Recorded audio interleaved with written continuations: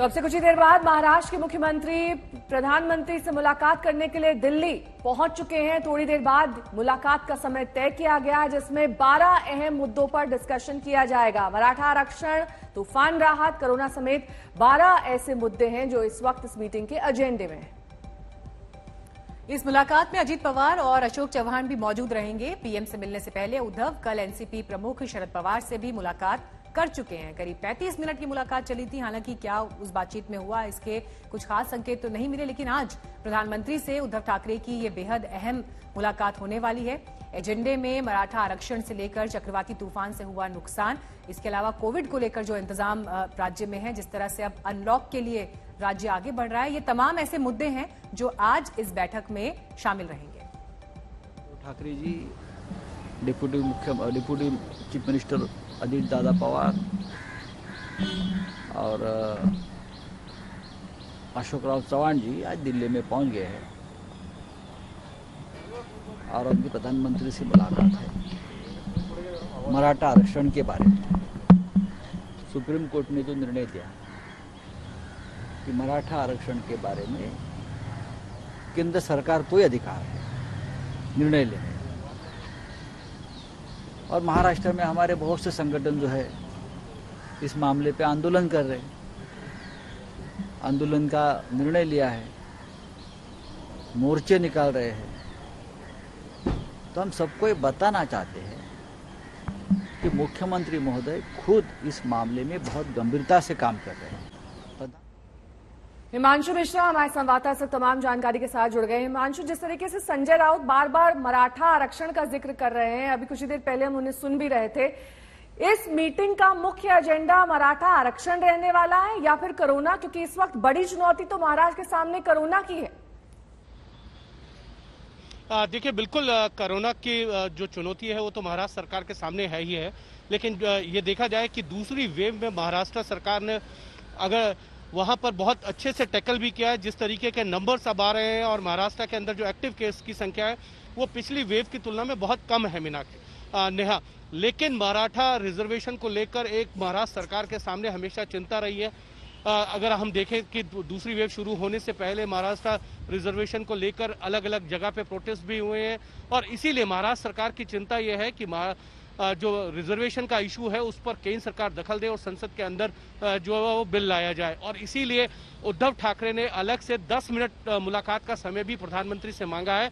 अशोक चौहान और अजीत पवार के अलग वो मिलना चाहते हैं प्रधानमंत्री से इस पूरे इशू को लेकर। तो कहीं ना कहीं एक चीज तो ये तय है कि उद्धव ठाकरे भी प्रधानमंत्री से अगर अलग मिलकर बात करना चाहते हैं तो उसमें कहीं ना कहीं महाराष्ट्र के अंदर जो रिजर्वेशन का मुद्दा है वो बहुत बड़ा इशू है, और इस चीज को उद्धव ठाकरे जरूर जानते हैं और वो इसीलिए प्रधानमंत्री से एक बार फिर से अपनी गुहार लगाएंगे। आप याद कीजिए, जब उनको मुख्यमंत्री रहने के लिए एमएलसी का एक चुनाव होना था और उसमें जो है नोटिफिकेशन नहीं हो रहा था और केंद्र गवर्नर नहीं कर रहे थे, तो उन्होंने प्रधानमंत्री से बात की थी और उसके बाद मसले को सुलझाया गया था।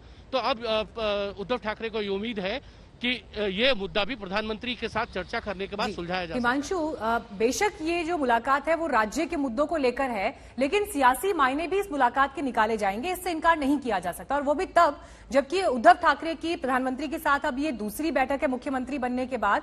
और बीते वक्त में हमने देखा था कैसे उद्धव ठाकरे और विपक्ष के कई और नेताओं ने प्रधानमंत्री पर जबरदस्त हमले बोले थे, चाहे वो सीएए का मुद्दा हो, एनपीआर का मुद्दा हो। उस लिहाज से भी आज की ये बैठक बहुत अहम है। देखिए, बिल्कुल अहम बैठक है क्योंकि उद्धव ठाकरे की और बीजेपी की जो विचारधारा है वो सेम है, लेकिन जब से वो मुख्यमंत्री बने हैं उन्होंने हर समय हर इशू पे जो है प्रधानमंत्री को टारगेट किया है, बीजेपी को टारगेट किया है। चाहे वो कोविड का मामला हो, सीएए का मामला हो, एनआरसी का इशू हो, हर वक्त वो सरकार के खिलाफ ही खड़े नजर आए। तो इसीलिए एक चीज तो मानकर चली जा सकती है कि ये जो मुलाकात है इसके सियासी मायने निकाले जाने चाहिए, निकल रहे हैं, और इसको ध्यान में रखना जरूर चाहिए कि 10 मिनट की जो मुलाकात होगी उसमें क्या बातचीत होगी प्रधानमंत्री और उद्धव ठाकरे के बीच में। ये दोनों नेता जरूर बात तो नहीं निकल कर आएगी, लेकिन इतना तो जरूर तय है कि राजनीतिक मुद्दों पर चर्चा होगी। ये जो 10 मिनट है केंद्र और राज्य सरकार के जो मुद्दे हैं वो अजीत पवार और अशोक चौहान के साथ तो डिस्कस होंगे, लेकिन जो असल राजनीतिक मुद्दे हैं वो अलग से जो 10 मिनट की मुलाकात है उसमें होंगे। दिसंबर तक सबको टीकाकरण का टारगेट है। इस टारगेट को पूरा करने के लिए राज्य सरकारों ने भी कमर कस ली है। उत्तर प्रदेश में खासतौर पर महिलाओं के लिए पिंक बूथ बनाकर इस अभियान को नई रफ्तार दी गई है।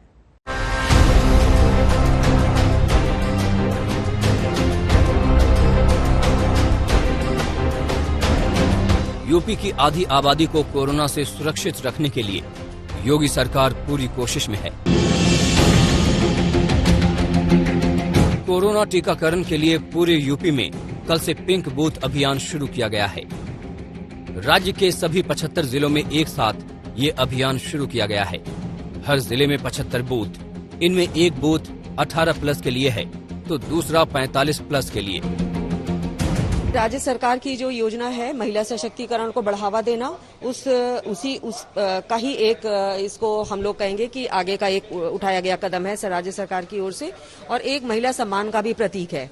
और जिसकी वजह से इस कोविड-19 टीकाकरण के लिए एक हफ्ते का स्लॉट ही महिलाओं के लिए बुक करा गया है। सरकार की कोशिश है कि इस अभियान के जरिए टीकाकरण को लेकर न सिर्फ महिलाओं की झिझक तोड़ी जाए बल्कि उनके लिए टीकाकरण को आसान भी किया जाए। लखनऊ के मोहनलालगंज स्थित राधा स्वामी सत्संग सेंटर की तस्वीर से साफ है कि महिलाओं को ये पसंद भी खूब आ रहा है। मेरे जितने भी फ्रेंड्स हैं, मेरी रिलेटिव्स हैं, वो सब लोग हम लोग को पुशअप कर रहे थे कि हम लोग वैक्सीन कराने के लिए आए। इस तरह से मैं देख सकती हूँ कि हमारे जितने भी रिलेटिव्स हैं वो सब लोग बहुत ज़्यादा खुश हैं और बहुत ज़्यादा उत्साहित हैं कि हम वैक्सीन लगवाएं आके। नहीं, लेडीज़ का तो ठीक है, महिला का जो स्पेशल है वो ही ठीक है। कोरोना का लग रहा है तो सभी चीज़ें बहुत अच्छी हैं ना, ऐसी देख करके या जो महिलाओं के लिए हो रहा है बहुत अच्छा हो रहा है। वैक्सीन लेना चाहिए सभी लोगों को। It was really good. अच्छा वैक्सीन सब लोग लगाए क्योंकि काफ़ी बेनिफिशियल है और काफ़ी लोगों को हेल्प मिल रहा है और प्रूफ भी किया गया है और सब अच्छा से हो रहा है।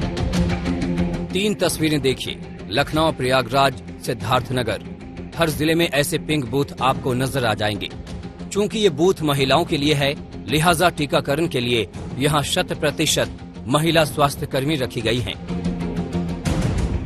एक तरफ वैक्सीन को लेकर फैले हुए भ्रम और दूसरी तरफ महिलाओं को प्राथमिकता देते हुए उत्तर प्रदेश में पिंक बूथ की शुरुआत हुई है। सरकार का मानना है कि ज्यादा महिलाओं को सुरक्षित करना ही एक इसका उपाय है, लेकिन अभी भी ग्रामीण इलाकों में महिलाओं में कोरोना के टीका को लेकर के झिझक दूर नहीं हो रही, जिसके लिए अभी और इंतजार करना होगा। यूपी सरकार ने जून में 1 करोड़ लोगों को टीका लगाने का लक्ष्य रखा है। इस टारगेट को पूरा करने में पिंक बूथ का अहम योगदान हो सकता है। प्रयागराज से पंकज श्रीवास्तव और सिद्धार्थनगर से मजहर आजाद के साथ अभिषेक मिश्रा, लखनऊ आज तक। अगले साल यूपी में होने वाले विधानसभा चुनाव के लिए बीजेपी ने कमर कस ली है। यूपी में जीत के लिए बीजेपी की सारी रणनीति सीएम योगी के इर्द गिर्द घूम रही है। योगी आदित्यनाथ की अगुवाई में ही बीजेपी उत्तर प्रदेश में लगातार दूसरी बार जीत के लिए दम लगाएगी।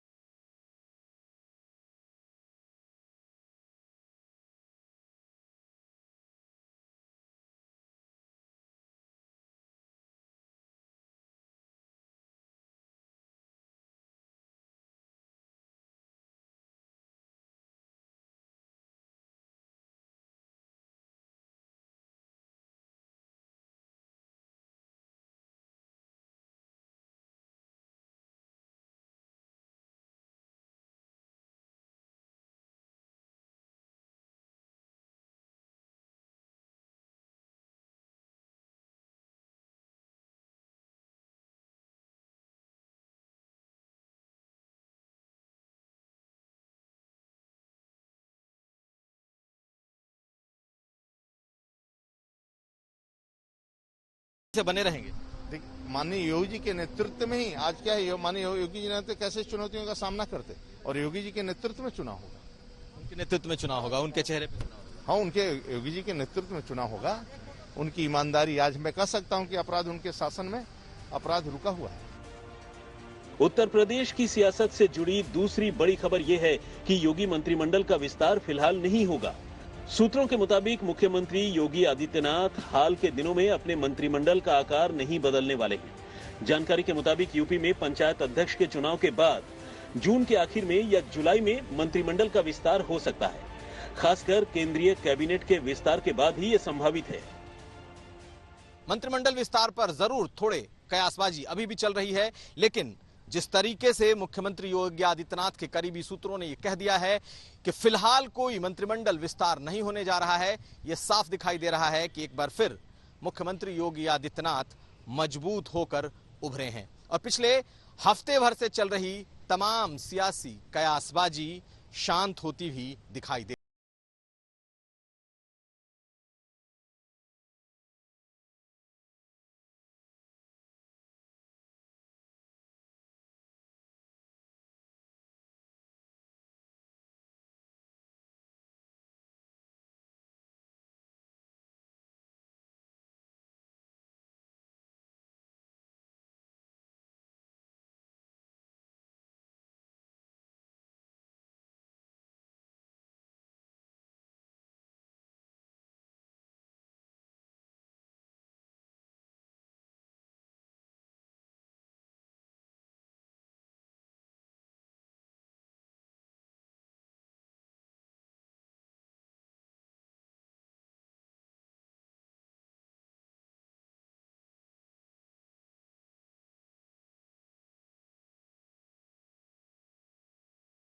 गया हूँ, उनसे भेंट नहीं कर पाया था, तो शिष्टाचार बस आज मुलाकात किया है।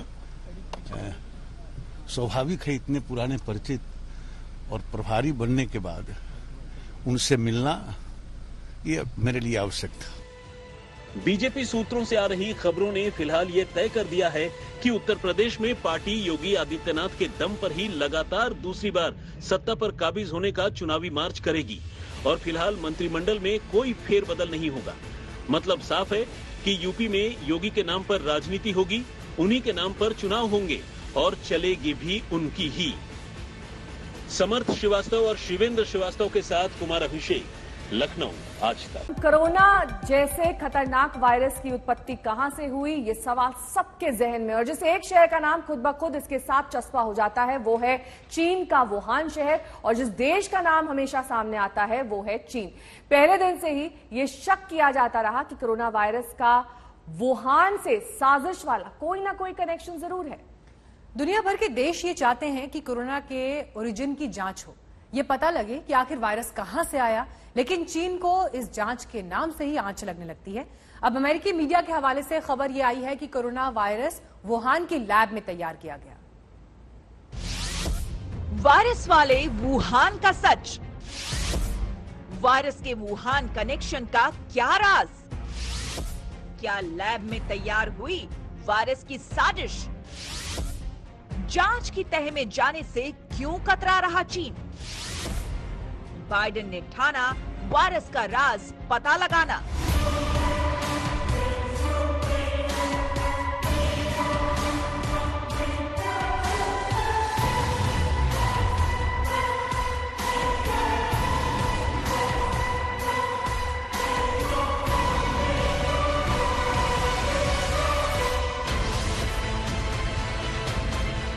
थ्योरी नंबर 1, संक्रमित पक्षी या जानवर से इंसानों तक पहुंचा corona. Theory number 2, Wuhan lab से गलती से लीक हो गया कोरोना वायरस। कोरोना कहां से आया, ये सवाल जब भी उठा, इन्हीं दो थियरी के इर्द गिर्द जवाब तलाशने की कोशिश हुई। पहली थियरी ये कि चीन के वुहान में पहली बार इंसानों में वायरस पनपा और फिर ये पूरी दुनिया में फैलता चला गया। और दूसरी थियरी ये कि ये वायरस वुहान की लैब में तैयार हुआ और लीक होने के बाद पूरी दुनिया को दबोचता चला गया। कोरोना को लेकर जो अटकलें पूरी दुनिया में साल भर से चल रही थी, अमेरिका की एक खुफिया जांच रिपोर्ट ने उसे हवा दे दी है। कल अमेरिकी अखबार वॉल स्ट्रीट जर्नल ने सूत्रों के जरिए रिपोर्ट का हिस्सा प्रकाशित किया। अमेरिका की सरकारी नेशनल लेबोरेटरी की रिपोर्ट में कहा गया है कि वुहान लैब से वायरस लीक होने की खबर काल्पनिक नहीं है, इसमें सच्चाई हो सकती है। रिपोर्ट में नतीजे के तौर पर कहा गया है कि इसकी आगे जांच होनी चाहिए। अमेरिकी अखबार के मुताबिक लैब ने ये निष्कर्ष कोविड-19 वायरस के जीनोम विश्लेषण के बाद निकाला था। इसी रिपोर्ट के आधार पर अमेरिकी राष्ट्रपति जो बाइडेन ने जांच कमेटी बनाई थी और 90 दिन के भीतर रिपोर्ट देने को कहा था। In early 2020, the president called for the CDC to get access to China to learn about the virus so we could fight it more effectively. And we will continue to press China to participate in a full, transparent, evidence-based international investigation with the needed access to get to the bottom of a virus that's taken more than 3. California की Lawrence लाइवमोर national laboratory ने पिछले साल मई में ये report तैयार की थी। Trump प्रशासन ने इस प्रयोगशाला को कोरोना के स्रोत का पता लगाने का जिम्मा सौंपा था। ट्रंप की विदाई से ठीक पहले लैब ने ये रिपोर्ट सौंपी थी। कोरोना की उत्पत्ति पर चीन को हमेशा घेरने वाले ट्रंप कुछ एक्शन लेते, इससे पहले ही उनकी व्हाइट हाउस से विदाई हो गई। Why do you keep calling this the Chinese virus? Why do you keep using this? Because it comes from China. Racist. It's not racist at all. No, not at all. It comes from China. That's why. It comes from China. I want to be accurate. Wuhan lab पर शंका की एक बड़ी वजह ये भी है कि नवंबर 2019 में चीनी लैब के 3 शोधकर्ता इतने बीमार पड़ गए थे कि उन्हें अस्पताल में भर्ती कराना पड़ा था। चीन पर शक करने वाले मान रहे हैं कि शायद वो लोग कोरोना से ही संक्रमित हुए हों। हालांकि चीन इन सारे आरोपों से इनकार करता रहा है। आज तक ब्यूरो। तो जांच के नाम पर चीन हमेशा से ही आनाकानी करता रहा है। चीन हमेशा एक प्रेस कॉन्फ्रेंस करके अपनी सफाई पेश करता है, लेकिन अमेरिका की बाइडेन सरकार ने ठान लिया है कि चाहे जो कुछ भी हो जाए, सच जानकर ही अमेरिका दम लेगा। बाइडेन सरकार की तरफ से चीन को सख्त पैगाम भेजा गया है कि वो जांच में सहयोग करें, क्योंकि जांच से ही कोरोना को मात देने का रास्ता खुलेगा। बाइडेन विदेश दौरे पर निकल रहे हैं और इस बार चीन की कूटनीतिक घेराबंदी भी होगी। या तो चीन सीधे रास्ते पर आएगा या फिर इंतकाम की आग में झुलसेगा। करीब 18 करोड़ लोगों को चपेट में लेने वाला कोरोना, करीब 37.5 लाख मौत का कसूरवार कोरोना आया कहां से? जब भी इस सवाल के जवाब की तलाश हुई, उंगलियां चीन की तरफ उठी। चीन से जवाब मांगा गया, जानकारियां मांगी गई, लेकिन चीन सच छिपाता रहा, दुनिया को ठेंगा दिखाता रहा, मदद की अपील को अनसुना करता रहा। लेकिन अब चीन की बाहें मोड़कर सच जानने का मिशन शुरू हो गया है। सुनिए अमेरिका के विदेश मंत्री एंटनी ब्लिंकन क्या कहते हैं। अमेरिका कोरोना वायरस की उत्पत्ति की मूल वजह को जानना चाहता है और चीन को जवाबदेही लेनी चाहिए। जिद्दी चीन को जवाबदेह बनाने की तैयारियों में अमेरिका पूरी ताकत से जुट गया है। चीन को ये समझ लेने का वक्त आ गया है कि अमेरिका की बागडोर अब ट्रंप नहीं, सख्त और गंभीर फैसले करने वाले बाइडेन के हाथों में है। चीन के नाम अमेरिका ने आखिरी पैगाम जारी कर दिया है।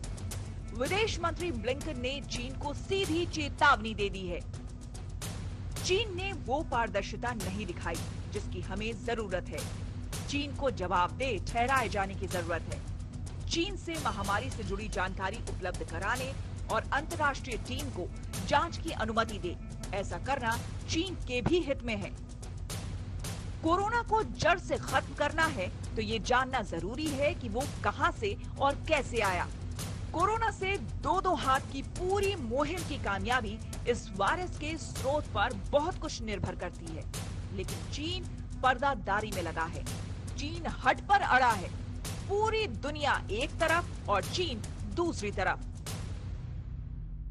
美国在溯源问题上甩锅推责的行径，同当年编造伊拉克拥有大规模杀伤性武器这种谎言的行径如出一辙。这应当引起国际社会的警惕。相信 चीन का रुख देखकर साफ लग जाता है कि दाल में कुछ न कुछ काला है। अमेरिकी राष्ट्रपति जो बाइडेन के शीर्ष चिकित्सा सलाहकार एंथनी फॉसी ने चीन से वुहान की लैब में काम करने वाले 3 लोगों का मेडिकल रिकॉर्ड जारी करने को कहा था। माना जा रहा था कि इन लोगों की मेडिकल रिपोर्ट इस बात का अहम सुराग दे सकती है कि कोविड-19 की उत्पत्ति पहली बार वुहान की लैब से ही हुई या नहीं। और डॉक्टर जो वहाँ काम कर रहे थे वो इफेक्टेड होना शुरू हो गए थे। इसकी चीन को कंफर्मेशन हो गई थी नवंबर 2019 में, लेकिन उसने ये सच जो है दुनिया से 2-3 महीने तक छुपाया रखा। WHO की मदद से इसको पेंडेमिक घोषित करने से रोका और कहा कि ये इन्फेक्शस नहीं है। चीन की उड़ानें भी दूसरे देशों में जाती रही ये कहकर कि किसी प्रकार का कोई खतरा नहीं। इस धोखाधड़ी से आज पूरी दुनिया जबरदस्त पीड़ित है। लेकिन चीन हर अपील को अनसुना करता रहा और दुनिया की सेहत का ठेका जिस विश्व स्वास्थ्य संगठन पर है वो चीन का पिछलग्गू बनकर उसी का साथ दे रहा है। कहा जा रहा है कि चीन को मजबूर नहीं किया जा सकता।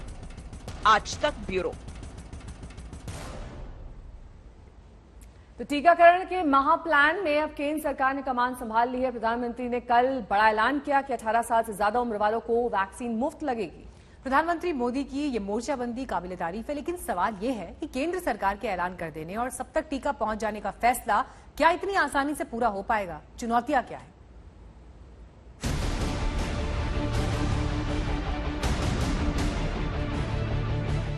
सभी नागरिकों के लिए भारत सरकार राज्यों को मुफ्त वैक्सीन मुहैया कराएगी।